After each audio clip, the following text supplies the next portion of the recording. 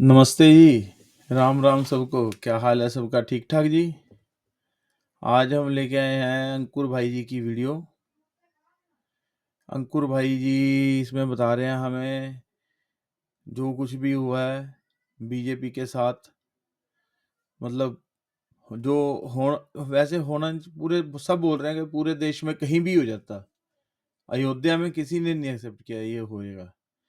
चलो, जनता का अपना दिल है, जो भी होना था हो गया। अब वीडियो देखते हैं आगे, फिर देखते हैं अंकुर भाई क्या बोल रहे हैं। वैसे ठीक नहीं हुआ है। हार हार जीत तो लगी रहती है, लेकिन किसी ने ये नहीं सोचा था कि अयोध्या में यार ये काम होएगा। चलो कोई बात नहीं। दोस्तों, आप सबका एक बार फिर से स्वागत है आपके अपने YouTube चैनल सत्य सनातन में। इस बार के लोकसभा चुनाव ने काफी लोगों को हैरान परेशान कर दिया है, जज्जे में डाल दिया है। जहां एक तरफ धारा 370 के लिए जान तक लड़ा देने की बात करने वाले कश्मीर के दो बड़े नेता बुरी तरीके से परास्त हुए हैं, वहीं इस धारा को हटने के बाद सबसे ज्यादा जिन क्षेत्रों में यानी कि पश्चिमी उत्तर प्रदेश और हरियाणा में सबसे ज्यादा खुशी की लहर थी, उन्हीं क्षेत्रों में भाजपा को बहुत बुरी तरीके से हार प्राप्त हुई है। सही बात अब है। देखिए, मजेदार बात यह है कि आखिरकार प्रधानमंत्री नरेंद्र मोदी और उनकी बोटी बोटी करने वाला इमरान मसूद एक ही छत के नीचे एक ही संसद भवन में बैठेंगे, और हो सकता है कि इमरान मसूद यहां से नरेंद्र मोदी जी को इस बात का पाठ भी पढ़ा दे कि उनको किस प्रकार से हारमनी में सबको रखते हुए शासन प्रशासन करना चाहिए। और इस चीज को कामयाब बनाने में आखिरकार सहारनपुर की जनता ने भी काफी जी तोड़ मेहनत की है। साथ ही साथ मैं बताना चाहूंगा, खुशखबरी है कि अगर आप नीचे दिए गए पिन कमेंट और डिस्क्रिप्शन में इस पुस्तक के लिंक पर क्लिक करके खरीदते हैं तो आपको मिलेगी 200 रुपए की छूट, वो भी केवल अगले 48 घंटे तक। एक तरफ जहां मेरठ से लेकर के सहारनपुर तक डबल रेलवे लाइन, लंबे चौड़े हाईवे, बेहतर कॉलेज और यूनिवर्सिटी, विद्युतीकरण और चोर लुटेरों को हुरगति देने का काम पश्चिमी उत्तर प्रदेश में हुआ है, उसके बावजूद भारतीय जनता पार्टी काफी हद तक वहां से साफ हो। वहीं इस क्षेत्र को लंबे कालखंड तक अंधकार में रखने वाली कांग्रेस और समाजवादी पार्टी यहां से जीत चुकी है।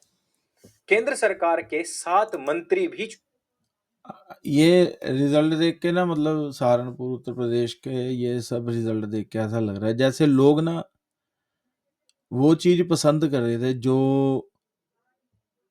यूपी में बीजेपी खत्म करना जा रही थी। गुंडागर्दी, प्रोग्रेस, है ना।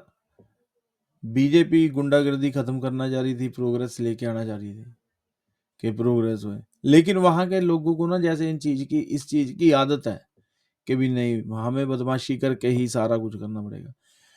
अगर ये ठीक है चला गया ना, तो बीजेपी अभी एक काम कर सकती है। 2 नंबर के जो धंधे हैं ना जितने, या जो जो भी और भी जैसे 2 नंबर के कई काम है, इसमें लुका छुपा तो है नहीं कुछ भी, उन पे लगाम लगाएगी ना, तो अपने आप सब कुछ द्वारा से कंट्रोल में वैसे ही रहेगा जैसे 300 पार भी कंट्रोल में था सारा कुछ, है ना। मतलब टूट फूट के सरकार बनी है, मतलब रो धो के सरकार बनी है कि जैसे होता नहीं है लोगों ने तरस खा के बनाया हो, वैसे है ना। पता नहीं कौन थे वो जिनका जमीर अभी तक सोया नहीं था, उन्होंने वोट कर दिया। और मेरे को यार समझ में नहीं आ रहा कि भी लोग चाहते क्या है इंडिया के लोग यार। मैं तो कह रहा हूँ कि भी यार पूरी तरह से ही ना कांग्रेस की पूरी तरह से कांग्रेस की सरकार आनी चाहिए थी, पूरी तरह से। फिर देखते क्या होता है। 2.5 साल में इलेक्शन हो जाने थे दोबारा। अब टूटी फूटी सरकार है। अब मेरे को लगता नहीं जिस फास्ट तरीके से एकदम ग्रो हो रहा था सारा कुछ इंडिया में, सब कुछ हो रहा था, वैसे होएगा मेरे को लगता नहीं है। लेकिन भाई एकता नहीं है, एकता नहीं है। चुनाव हार गए हैं मित्रों, जिसमें से कि स्मृति ईरानी भी शामिल है। भारतीय जनता पार्टी ने अपने तकरीबन 47 सांसदों को फिर से टिकट दिया था और उनमें से 26 चुनाव हार चुके हैं, अर्थात ये परसेंटेज भी बहुत ज्यादा बनता है। आप सभी को याद होगा कि शिवलिंग को कंडोम पहनाने वाली एक लड़की थी जिसका नाम था सयानी घोष, उसको भी हिंदुओं ने बढ़ चढ़ करके वोट दिया है, और वो भी अब महादेव की नगरी से आने वाले प्रधानमंत्री नरेंद्र मोदी जी से काशी के डेवलपमेंट के बारे में बात कर सकती है, उनसे सवाल पूछ सकती है और वो कह सकती है कि वहां पर आपने किस प्रकार से मंदिरों की अनदेखी की है, उस पर भी वो कैडे सवाल पूछ सकती है। खालिस्तान बिल्कुल। समर्थक दो कैंडिडेट्स पंजाब से जीत करके संसद में बैठेंगे और जो पुलिस उनके पीछे भागती थी उनको गिरफ्तार करने के लिए, अब वही पुलिस उनको उनको सुरक्षा भी सुरक्षा भी प्रदान करेगी। प्रदान करेगी। साथ ही लोग यह भी कहेंगे कि पंजाब खालिस्तान को समर्थन नहीं करता है और अच्छा हम इस दोगलेपन को सुनकर अंकुर भाई, एक बात है, बीजेपी ना वो क्या अपने आप को वो दिखाने के चक्कर में, एक नोबेल पुरस्कार जीतने वाली पार्टी बनाने के चक्कर में अपना काम करवा बैठी है ना। मतलब मुझे हैरानी नहीं होगी कल अगर ये जेल में बैठा कोई टेररिस्ट, जो टेररिस्ट के केस में अंदर है, टेररिज्म के केस में अंदर है, वो इलेक्शन लड़े कहीं से इंडिया में और वो जीत जाए, हैरानी मत करना कल को, कोई हैरानी मत करना। एक बात हो रहा है, संविधान को लेके चाड़ी अपनी छाती चौड़ी कर लेते हैं जब बोलते हैं संविधान ने हमें ये हक दिया है, हमें आरक्षण, हमें काफी चीजों को जब है ना छाती चौड़ी करते हैं लोग, है ना। जब वो लड़के ने 2 बच्चों को उड़ा दिया अपनी 2 करोड़ की कार से, वहां पे किसी ने क्रेडिट नहीं लिया यार उसी संविधान का। बोलते हैं ना संविधान से ही लॉ बनते हैं, उसी संविधान ने उसको, लड़के को बाहर रखा हुआ है खेत से, अगला अपने घर बैठा है आराम से। वहां के क्रेडिट क्यों नहीं लेता है कोई संविधान का? वहां भी क्रेडिट लो ना। करके शांति के साथ में बैठ जाएंगे और कहेंगे कि हमें नफरत नहीं फैलानी चाहिए। दूसरी तरफ आईपीएस अन्ना मलाई के साथ में भीड़ तो आप लोगों ने काफी देखी होगी, उनके वीडियोस में काफी लोग दिखे, लेकिन वोट इतने नहीं आए कि वो जीत सकते। ऐसा नरेंद्र मोदी जी के इतिहास में पहली बार हुआ है कि वो अपनी सरकार को पूर्ण बहुमत नहीं दिला पाए, भले ही वो उस जमाने में सीएम रहे हों या फिर आज की तारीख में प्रधानमंत्री हों। ये अलग बात है कि वो तीसरी बार प्रधानमंत्री की शपथ 9 तारीख को संभवतः ले लेंगे, लेकिन जो कुछ हो रहा है उस पर भी हमें नजर डालनी चाहिए। और ये पहली बार है कि नरेंद्र मोदी दूसरे पार्टियों के सहारे अपनी सरकार चलाएंगे, और वो भी वो पार्टियों के सहारे जिन पर कभी भी भारतीय जनता पार्टी विश्वास भी नहीं कर सकती है। अगर हम बसपा कैंडिडेट्स की बात करें तो उनको जो वोट्स मिले हैं उनको देख करके लग रहा है कि वो जो उनका कोर वोटर है उसने भी जाकर के समाजवादी पार्टी का ही साइकिल का बटन दबाया है, उसी की झोली भरने का काम किया है, जिनके कार्यकाल में इन लोगों पर सबसे ज्यादा जुल्म होते आए थे। लेकिन अगर सबकी नजर कहीं पर टिकी हुई है तो वो है श्री अयोध्या जी की सीट, और उस प्रांत की पांचों सीटें। पूरी दुनिया की नजर अवध खंड की सीटों पर ही थी, लेकिन यहां ठीक विपरीत परिणाम नजर आए हैं। अवध प्रांत की 17 में से जहां 2019 में भारतीय जनता पार्टी ने 15 सीटें जीती थी, वहीं इस बार केवल 7 सीट जीत पाई है, और बाकी की जो 10 है वो समाजवादी पार्टी और कांग्रेस ने जीती है। उस कांग्रेस ने जहां उसकी एक सीट आया। अरे भाई इस बार ईवीएम में है कोई ऐसा शोर सुनने को नहीं मिला ना, ईवीएम हैक हो गई, ईवीएम हैक हो गई। ये यार ये कमाल की दोगली बनती है यार। ईवीएम हैकिंग का रोला ही नहीं पड़ा, गायब हो गया, सीन ही उल्टा हो गया। क्या करती थी, ऑक्सीजन भी प्राप्त नहीं हो रही थी, अब उसको पूरा ऑक्सीजन प्लांट मिल गया है। प्लांट मिल गया। और अयोध्या मंडल में पड़ने वाली जो 5 सीटें होती हैं, अयोध्या, सुल्तानपुर, अंबेडकर नगर, बाराबंकी और अमेठी, इन पांचों पर भारतीय जनता पार्टी की करारी हार हुई है, करारी हार जिसको बोलते हैं। लोगों ने रिजल्ट देख करके कहना शुरू कर दिया कि भाई अयोध्या वासियों ने तो गद्दारी कर दी है। कुछ ने यह भी कहा कि ऐसे ही नहीं हम हजारों साल तक गुलाम रहे हैं। कुछ ने यह भी कहा कि अब समझ में आ रहा है कि राम मंदिर क्यों टूटा था और 500 साल तक राम मंदिर कैसे बना क्यों नहीं था। सही बात। इस तरीके की चीजें बहुत लोगों ने कमेंट करके, पोस्ट करके, सोशल मीडिया पर बताई हैं। महंत राजू दास महाराज ने लिखा है कि अच्छा हुआ कि रामायण में राम जी रावण से युद्ध करने के लिए बंदरों और भालुओं को ही लेकर के गए थे। हाँ। अगर अयोध्या वालों को ले जाते तो सोने की लंका देख करके सोने के चक्कर में वो रावण से ही समझौता कर लेते। अर्थात कहने का मतलब ये था कि जिन लोगों ने श्री राम मंदिर को रोकने का कार्य किया, भगवान श्री राम को गाली देने का कार्य किया, उन लोगों को सपोर्ट कर बैठे थोड़े से लालच में या अपनी जाति के लालच में। जातिवादी बातों को लेकर के भी काफी लोगों ने कमेंट और पोस्ट किए हैं। लेकिन उत्तर प्रदेश में फैजाबाद सीट पर भारतीय जनता पार्टी की जो हार उस टाइम पर हुई है जब प्राण प्रतिष्ठा और अयोध्या शहर में भव्य भगवान श्री राम मंदिर, जन्मभूमि मंदिर का भव्य उद्घाटन जस्ट कुछ महीने पहले ही हुआ था।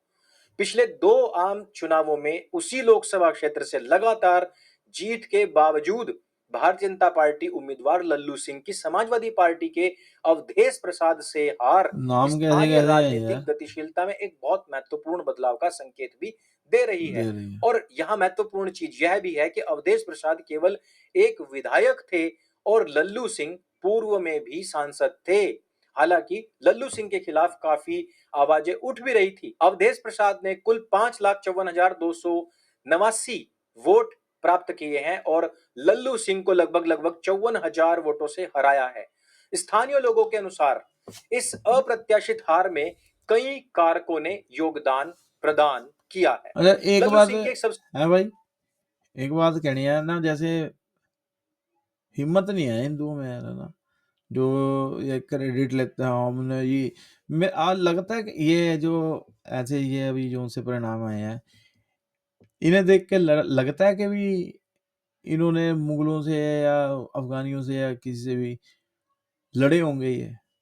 मेरे को तो नहीं लगता यार, क्योंकि ऐसे नहीं होते हिंदू यार, मतलब यार ये जैसी कहानियां बनाई गई हैं, अब तो उन्हें कहानियां ही कहेंगे ये हाल देख के, जैसी कहानियां बनाई गई हैं ना, कभी शेर ये वो, मेरे को नहीं लगता यार ना, कुछ नहीं है ऐसा, सब मनगढ़ंत किस्से बनाए हुए हैं और कुछ नहीं है ना। यार कैसे लोग हैं यार, हद होगी। सबसे बड़ी गलती थी उनका वो विवादास्पद बयान जिसमें उन्होंने कहा था कि भारतीय जनता पार्टी को संविधान बदलने के लिए तकरीबन 2/3 बहुमत की आवश्यकता है। लोग कह रहे हैं कि उन्होंने ये जो बयान था वो 13 अप्रैल को अयोध्या के ही मिल्कीपुर में एक चौपाल में दिया था, जहां से पूर्व में वो 5 बार विधायक भी रह चुके थे। विपक्ष ने तुरंत ही इस बात को तूल देना शुरू कर दिया और आरोप लगाया कि भारतीय जनता पार्टी का जो लक्ष्य है वो एससी ओबीसी जातियों का जो आरक्षण है उसको खत्म करना है। अखिलेश यादव ने भारतीय जनता पार्टी पर एससी ओबीसी और मुसलमानों को दिए जाने वाले आरक्षण को समाप्त करने का तुरंत ही आरोप लगा दिया और उसको बुनाने में काफी हद तक वो सफल भी हो गए। और हम सब भी जानते हैं कि भारतीयों में आरक्षण को लेकर के कितना अधिक प्रेम है कि, और आरक्षण के नाम पर यदि आप झूठ बोल करके किसी से वोट भी मांगते हैं तो उनको डराना कितना आसान हो आसान है। जाता है। समाजवादी पार्टी ने रणनीतिक तौर पर पासी समुदाय के सदस्य यानी कि अवधेश प्रसाद को मैदान में उतारा था, जिससे कि जो दलित समाज था वो भी इनको वोट करने के लिए मजबूर हो गया। प्रसाद का जो प्रचार का नारा था, उन्होंने कहा कि अयोध्या में क्या चाहिए, ना मथुरा ना काशी, केवल और केवल अवधेश पासी। यानी कि अच्छा हमें जी। भारतीय जनता पार्टी का जो नारा है मथुरा काशी वाला, उसके चक्कर में नहीं आना है, बल्कि अवधेश पासी को चयनित करना है। राम मंदिर को लेकर के कुछ जो प्रशासनिक फैसले वहां पर हुए हैं, स्थानीय लोगों ने बताया कि उन फैसलों की भी एक बहुत बड़ी अहम भूमिका इसमें रही है। शहर में शहर का जो सड़कों का जो चौड़ीकरण का काम हुआ है, हम सभी ने बात किया कि वहां पर हाईवे निकले हैं, वहां पर बहुत विकास हुआ है, बहुत काम हुए हैं। लेकिन इन रास्तों के चौड़ीकरण में तकरीबन 4,000 से ज्यादा दुकानें ध्वस्त की गई हैं या विस्थापित कर दी गई हैं। अयोध्या के ही एक भारतीय जनता पार्टी कार्यकर्ता के अनुसार निवासियों की शिकायत ये बात पर थी कि मुआवजे और पुनर्वास के वायदे तो बहुत किए गए और उसके बाद में निभाने की जब बात आई तो सब लोग रफू चक्कर हो गए, यही जिसमें कि बात, काफी दुकान मालिकों ने अपने आप को यही बात है। यहाँ पे एक लड़का वो मेरे को बोल रहा था, कह रहा कि भी देख ला कि मंदिर तोड़या, पंजाबी मतलब मंदिर तोड़ा, मंदिर नहीं सॉरी, दुकानें तोड़ी, घर तोड़े लोगों के, सिर्फ एक मंदिर को रास्ता देने के लिए, और उनको सड़क पे ले आए, उनकी हाय लगी उनके। ये बात तो मतलब मैं जवाब नहीं दे सका उसकी बात का, ये बात सही है। बीजेपी यहाँ पे फेल हुई है इस जगह पे। बीजेपी को अगर जो वहां के लोगों को साथ लाना था ना, मेरे को क्या लगता है कि भी पहले पहले घर बनाने चाहिए थे उनको, पहले वो जगह तोड़ने से पहले घर बनाने चाहिए थे। इसलिए लोग हैं जो ये राम मंदिर के बनने के उसमें ज्यादा उन्होंने वोट इसलिए नहीं किए। अगर जे हाँ बीजेपी पहले घर बना देती और उनको मूव कर देती वहां पे, है ना, शिफ्ट कर देती, और फिर वो घर, फिर तो चाहे रैली भी ना करते यूपी में, फिर रैली भी ना करते चाहे, लेकिन पॉलिटिक्स है, पता नहीं क्या सोच के बैठे होंगे, कुछ ना कुछ तो सोचा होगा, नहीं तो इतने मूर्ख तो नहीं हो सकते। ठगा हुआ महसूस किया। ऐसे ही निवासियों में से एक फोटोग्राफर है जिन्होंने बताया कि वो 2020 में नए मंदिर के भूमि पूजन से पहले मंदिर के पास में एक दुकान चलाया करते थे। सड़क यहां पर चौड़ी हुई, उनकी दुकान को तोड़ दिया गया और उसके लिए सिर्फ 1 लाख रुपए मुआवजा दिया गया और बाद में कहा गया कि हम नई दुकान भी आपको देंगे। कई महीने उन्होंने इंतजार किया, एक शॉपिंग कॉम्प्लेक्स वहां पर बना और फिर जब वो वहां पर दुकान मांगने के लिए गए तो उनसे कहा गया कि इसके लिए आपको 20 लाख रुपए देने पड़ेंगे। उन्होंने कहा कि मेरे पास में इतना पैसा नहीं था और इस प्रकार से जो मेरी आजीविका थी वो समाप्त हो गई। इस तरह से उन बहुत सारे लोगों के अंदर ये रोष था।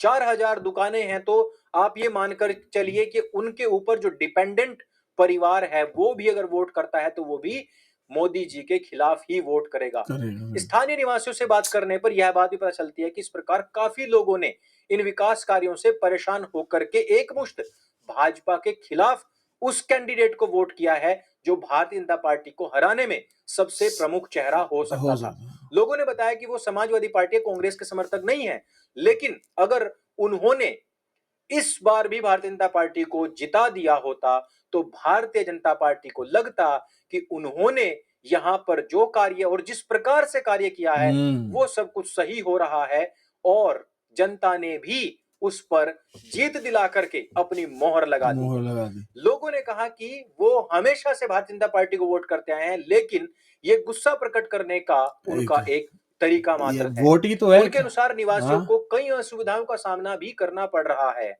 जैसे कई सारे ऐसे रास्ते हैं जहां पर निजी वाहनों की आवाजाही बंद हो गई है, बैरिकेड लगा दिए गए हैं, उन मार्गों को बदल दिया गया है और आगे जाने के लिए जो स्टेट गवर्नमेंट के द्वारा चलाई गई बसें हैं उनमें चढ़ने के लिए भी काफी दूरी तय करनी पड़ती है पैदल जाकर के।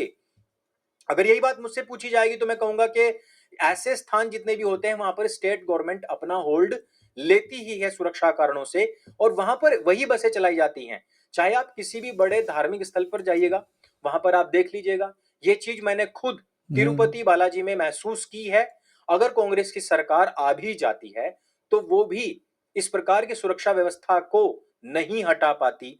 हालांकि वहां के लोगों ने बता दिया कि हमने इनको वोट इसलिए नहीं दिया कि वो इन बैरिकेड्स को हटाएंगे, बल्कि इसलिए दिया है ताकि भारतीय जनता पार्टी को लगे, पता लग जाए कि आप क्या कर रहे हैं और आपको क्या करना चाहिए था। चाहिए था। अयोध्या वासियों के लिए ये पहला पहला अनुभव हो सकता है मेरे हिसाब से भी, और उनको काफी परेशान होना पड़ रहा होगा।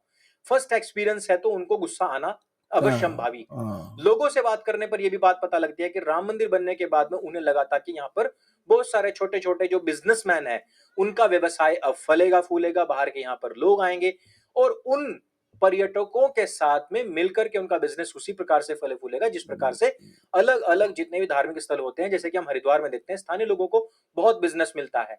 लेकिन यहां पर हुआ क्या, इसका उल्टा। बड़े बड़े जो बिजनेसमैन थे उन्होंने आकर के वहां पर शॉपिंग अपना मॉल बिजनेस जमाना शुरू कर जमाना दिया शुरू कर दिया। और स्थानीय लोगों को इससे काफी नुकसान हुआ नुकसान है, हुआ। और खास करके उन 4000 दुकानदारों को जो कि इसके पहले आसपास में अपनी दुकान बना करके बैठे हुए थे। एक अन्य पत्रकार से जब बात की गई तो उन्होंने बताया कि जो हम लोगों से बात करते हैं उससे पता लगता है कि यहाँ का जो भारतीय जनता पार्टी का कैडर है वो भी भारतीय जनता पार्टी से इस समय पर थोड़ा खिन्न है। उसका कारण यह है कि प्रधानमंत्री नरेंद्र मोदी जब भी क्षेत्र में आते हैं चुनाव प्रचार के दौरान मंदिर के लिए बलिदान देने वाले जितने भी लोग हैं उनकी अनदेखी हुई है और बार बार उन्होंने इकबाल अंसारी का जो नाम लिया है उसकी सराहना की है। अंसारी के विषय में सभी को पता है कि वो और उसका जो अब्बा था हाशिम अंसारी, ये लोग मुस्लिम पक्ष की ओर से मुख्य वादी रहे हैं मंदिर के खिलाफ और मस्जिद के पक्ष में।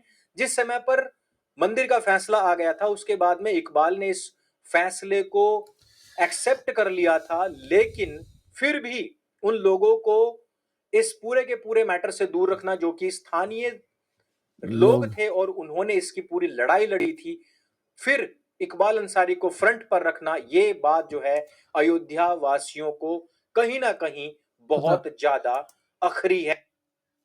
ऐसा लग रहा है ऐसे जैसे अभी मोदी के इतने टर्न ये जो गए साल जो निकाले हैं, है ना, ऐसा नहीं लगा जैसे कभी मुस्लिम समाज को एक अलग से पैम्परिंग करते नजर आए, है ना। मैं टोपी नहीं पाऊंगा, मैं ये नहीं करूंगा, मैं दिखावा नहीं करूंगा, मैं वो नहीं करूंगा, है ना। ये बातें ठीक है, ओके है ना, वो तो अब वो आपकी अपनी इच्छा है ना। लेकिन आप एक एक तरीके से ना पैम्परिंग भी कर रहे थे, है ना। हर चीज मतलब अच्छा उन्होंने कहा हम ये करना चाहते हैं, ओके ठीक है आप करो। हमको आरक्षण चाहिए, आपको दिया। हमको जी उर्दू में एग्जाम देने हैं, आप दो। हमको ये कर मतलब कि पैम्परिंग करते थे क्यों कि भी मेरे पे जो सा ऐसे गुजरात का जो सा है ना मेरे पे लगा हुआ है, या तो उसे धोने के चक्कर में नहीं, मैं ऐसा नहीं हूँ नोबेल पुरस्कार, मैं तो ये है ना, मतलब ये करने की जरूरत नहीं है। इंडिया के जो हिंदू मुसलमान सब समझदार हैं, वो तो उन सब प्रोग्रेस चाहते हैं ना। लेकिन आप जब लग जाओगे ना कभी एक एक भाई को इग्नोर दूसरे को हो, तो मन तो खट्टा होएगा ही यार, है ना। और वही लोगों ने कहा कोई बात नहीं, 5 साल ऐसे निकल जाएंगे, अगली बार उन्होंने वोट बीजेपी को ही करनी है। लेकिन उन्होंने एक लेसन, आपने जैसे सही बोला, उन्होंने एक लेसन दिया है कि भाई क्योंकि आम जनता है वो तो अपना जो उनसा गुस्सा है ना वो तो ऐसे ही दिखा सकते हैं, ऐसे ही दिखा सकते हैं, वो तो ऐसे ही क्लियर हो सकती है बात। है क्योंकि इकबाल अंसारी अभी तक समाजवादी पार्टी का एक पिट्ठू बनकर के काम करता रहा है। उन्होंने अपने भाषणों में भी इन सब चीजों को इग्नोर किया है। लोगों ने बताया किस प्रकार से 1990 में कार सेवकों पर सुरक्षा बलों की गोली चलने का आदेश देने वाले कुख्यात समाजवादी पार्टी के संस्थापक मुलायम सिंह यादव को पद्म विभूषण देने के साथ ही भारतीय जनता पार्टी के खिलाफ स्थानीय लोगों में बहुत ज्यादा गुस्सा पैदा हो गया गुस्सा, था। सही बात है। हालांकि एक अलग बात यह भी मैं मानता हूं पता नहीं कि उनमें क्यों। से बाहर से आने वाले भी लोग काफी थे, स्थानीय लोग भी काफी थे, लेकिन जहां जहां पर भी लोग रह रहे हैं भारतवर्ष के अंदर, वहां वहां पर मित्रों इस फैसले का गुस्सा है कि अगर मुलायम सिंह यादव इतने ही अच्छे थे तो हम डायरेक्ट मुलायम सिंह यादव के बेटे को ही वोट दे देते हैं। ऐसा भी काफी जगह पर लोगों इसीलिए ने किया इसीलिए है। ही हुआ है, और भारतीय इसीलिए वेट करना है। जनता पार्टी के इस फैसले की सभी लोगों ने, हमने भी कड़े शब्दों में कड़ी निंदा की थी, घोर भर्त्सना भी हमने की थी। ये क्या था अब भाई। अगर नेक्स्ट पॉइंट पर हम आते हैं तो अयोध्या में भारतीय जनता पार्टी की जो हार हुई है वो असंवेदनशील विकास कार्यों, विवादास्पद राजनीतिक बयानबाजी और जो स्थानीय शिकायतें हैं उनको संबोधित ना करके, उनका निराकरण ना करके अपने चुनावी प्रचार में लगे एक रहना लोगों ने रहा एक है। चीज और इसके नोट की साथ है ही ना, साथ कुछ कौन लोगों सी ने ना, जो कि लोगों ने क्या नोट किया, एक तरफ तो आप पैम्परिंग कर रहे हो मुस्लिम समाज को ना, ऐसे सब कुछ कर रहे हो उनके लिए, और दूसरी तरफ आप स्टेज पे चढ़ के क्या बोल रहे हो, आपकी संपत्ति, आपका कमाया हुआ धन उनमें बांट दिया जाएगा जिनके ज्यादा बच्चे हैं। एक तरफ आप ऐसे कर रहे हो ना, ये नहीं, ऐसे नहीं होता। लोग समझते हैं जो नरेंद्र मोदी का ही है ना एक, लोगों को आप बेवकूफ समझना बंद कर दीजिए। इस बात पे ना मोदी को भी अपना सोच के रखना चाहिए था उस बात को जो उन्होंने बोली थी। पैन इंडिया इम्पैक्ट देखने में आ रहा है वो यह भी है कि जो भगवान श्री राम के जो वंशज हैं उनको इग्नोर किया जाना भी एक बहुत बड़ा कारण रहा है। हालांकि मंदिर के निर्माण में एक लंबे समय से चली आ रही इच्छा को पूरा किया गया है। स्थानीय लोगों में इसको लेकर के बहुत गर्व की बात भी है, लेकिन इसके लिए किए गए विकास कार्य स्थानीय लोगों के गले की फांस भी बनकर के रह गए हैं। समय रहते उन सब चीजों का निस्तारण भी नहीं किया गया है। 2024 के इस चुनाव में हमें कुछ जो चीजें पता लगती हैं वो ये भी हैं कि राष्ट्रीय मुद्दे भले ही कितने भारी भरकम क्यों ना हो, लेकिन उनके चक्कर में हमें जो स्थानीय लोगों के मुद्दे हैं उनको नहीं भूलना चाहिए। स्थानीय लोगों के भरण पोषण और उनकी भावनाओं को ध्यान में रखकर ही काम करना चाहिए। एक नए आंकड़े के अनुसार हम इस बात को समझ लेते हैं कि किस प्रकार से स्थानीय जनता घरों से बाहर निकल करके आई केवल भाजपा को हराने के हराने के लिए। लिए। उसके बाद में हम सोच सकता है कि अयोध्या वासियों या अवध प्रांत के लोगों को जो भी भला बुरा लोग कह रहे हैं वो कहें, लेकिन इस यहां पर जो फैक्ट्स हैं उनको समझना अत्यंत आवश्यक है। देखिए, भीषण गर्मी हुई है। बहुत बड़े बड़े जो चुनावी ज्योतिषी थे वो ये भी बात कह रहे थे कि लोग अपने घरों से नहीं निकल रहे, हिंदू अपने घरों से नहीं निकल रहे हैं। थोड़ा सा फैक्ट को समझिए। 2019 में फैजाबाद लोकसभा निर्वाचन क्षेत्र में मतदान करने वाले तकरीबन 10,87,121 लोगों में से तकरीबन तकरीबन 49% ने भारतीय जनता पार्टी को वोट दिया था, यानी कि ये तकरीबन बन रहे थे 5,29,021 वोट, जिससे कि भारतीय जनता पार्टी का कैंडिडेट जीतता है, संसद में पहुंचता है। इस बार 2024 में मतदान करने वालों की संख्या वास्तव में बढ़ी है और वो 10 लाख से सीधे 11,40,661 वोट पर पहुंच गई है। लेकिन केवल 4,99,722 लोगों ने ही भारतीय जनता पार्टी को वोट किया है। इसका मतलब यह है कि लोग घरों पर नहीं रुके, वो बाहर तो निकले। वे वास्तव में अधिक संख्या में भीषण गर्मी के बावजूद भी मतदान करने के लिए तो निकले, लेकिन वो भाजपा के खिलाफ निकले हैं। 54,000 जो वोट ऊपर पड़े हैं वो यहीं से निकले हैं। कई ऐसे भी हैं जिन्होंने ना तो बीजेपी को डाली, किसी पार्टी को था ना, वो कौन सा नोटा कोटा कुछ तो है ना, वहां वोट कर दी। उन्होंने कहा कि जब हम बीजेपी को वोट नहीं डालेंगे तो हम कांग्रेस को भी नहीं डालेंगे, हम समाजवादी को भी नहीं, हम किसी को भी नहीं डालेंगे अगर ये बीजेपी को नहीं डालेंगे। वोट नहीं वेस्ट की उन्होंने, अपनी दर्ज करवाया ही है अपने आप को। कहेंगे कि अगर यहां पर भाजपा और बसपा एक हो जाते या कांग्रेस सपा अलग अलग लड़ते तो क्या होता, हो सकता था कि कुछ और रिजल्ट हो सकता था। लेकिन स्थानीय लोगों का इस प्रकार से आप दमन करके या उनके साथ न्याय ना करके कोई इलेक्शन जीत भी जाएंगे तो आपको अंदर से खुशी महसूस कभी नहीं हो सकती। जिन लोगों ने पिछली बार बीजेपी को वोट दिया था उनमें से कई लोगों ने इस बार वास्तव में उनके खिलाफ वोट दिया है। अब मैं आपसे पूछना चाहता हूं कि क्या अयोध्या वासियों के लिए जो भी कुछ कह रहे हैं, क्या वो आपकी बातें ठीक हैं? अगर आपकी दुकान पर प्रहार होता है तो आप दुकान पहले जाएंगे या मंदिर के विषय में आप पहले सोचेंगे? नहीं, रोजगार चाहिए। यह कहानी सिर्फ फैजाबाद लोकसभा निर्वाचन क्षेत्र की नहीं बल्कि अयोध्या क्षेत्र की 5 सीटों पर यही हालात रहे हैं। इन कारणों के अलावा इस बात पर भी हमें गौर करना चाहिए कि 1990 में कार सेवकों पर गोली चलाने के लिए जिम्मेदार मानने वाले मुलायम सिंह के प्रधान सचिव नृपेंद्र मिश्रा के बेटे को श्रावस्ती से भारतीय जनता पार्टी ने उम्मीदवार भी बनाया था। लोगों ने उसको भी हराया है, अर्थात ये गुस्सा वहीं से आ रहा है।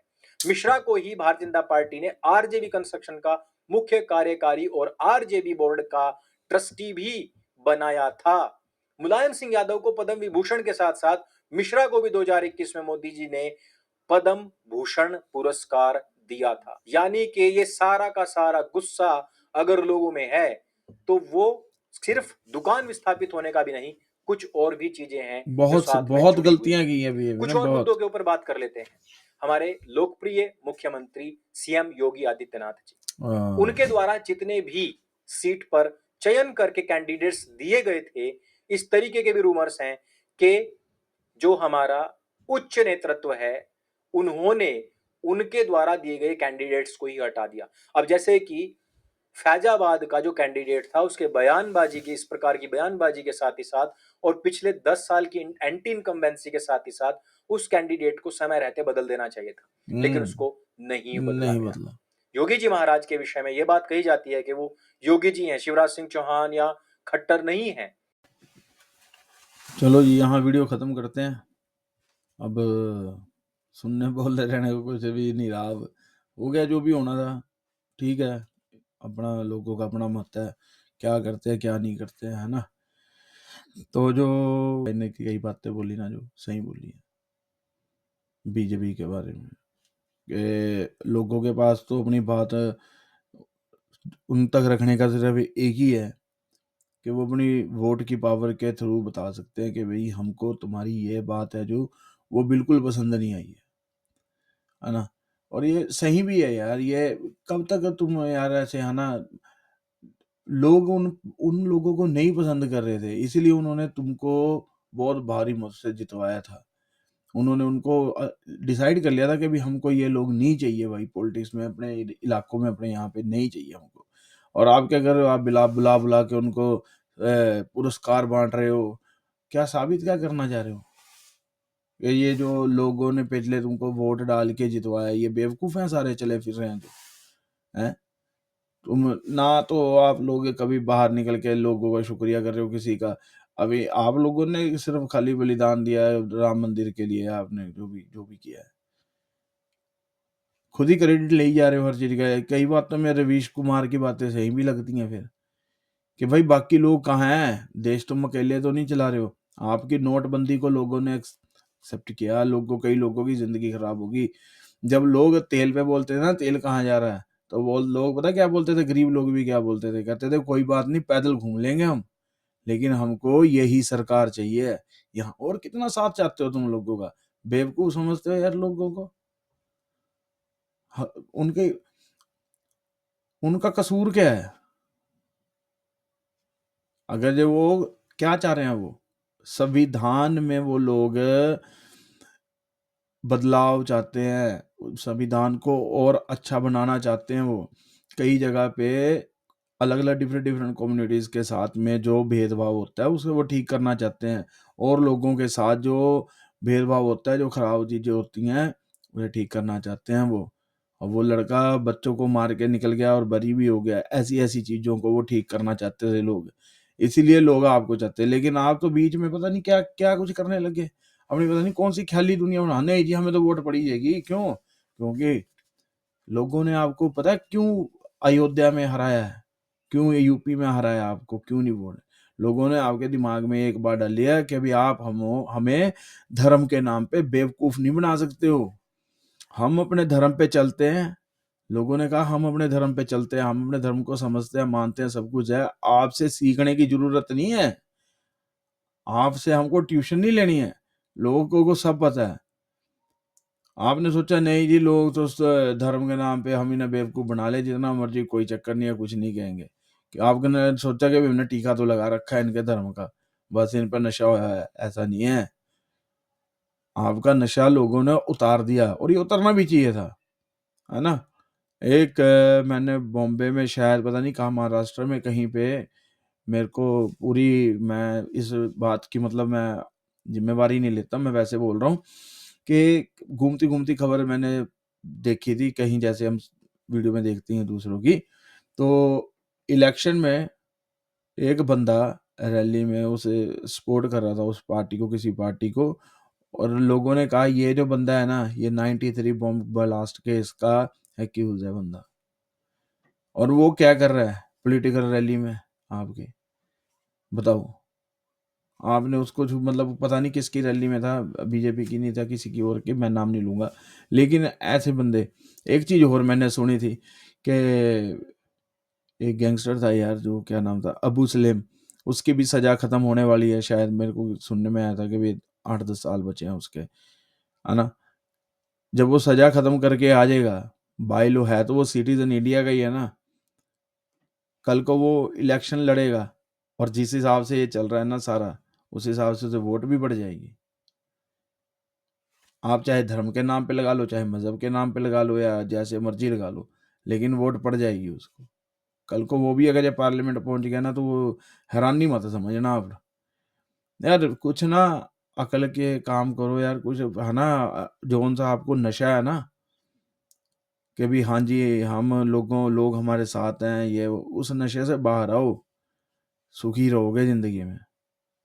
चलो ठीक है यार, इतनी भी है ना तो मैं इतना समझदार हूँ ना कुछ, जो दिल में था वो ही बोला है बस।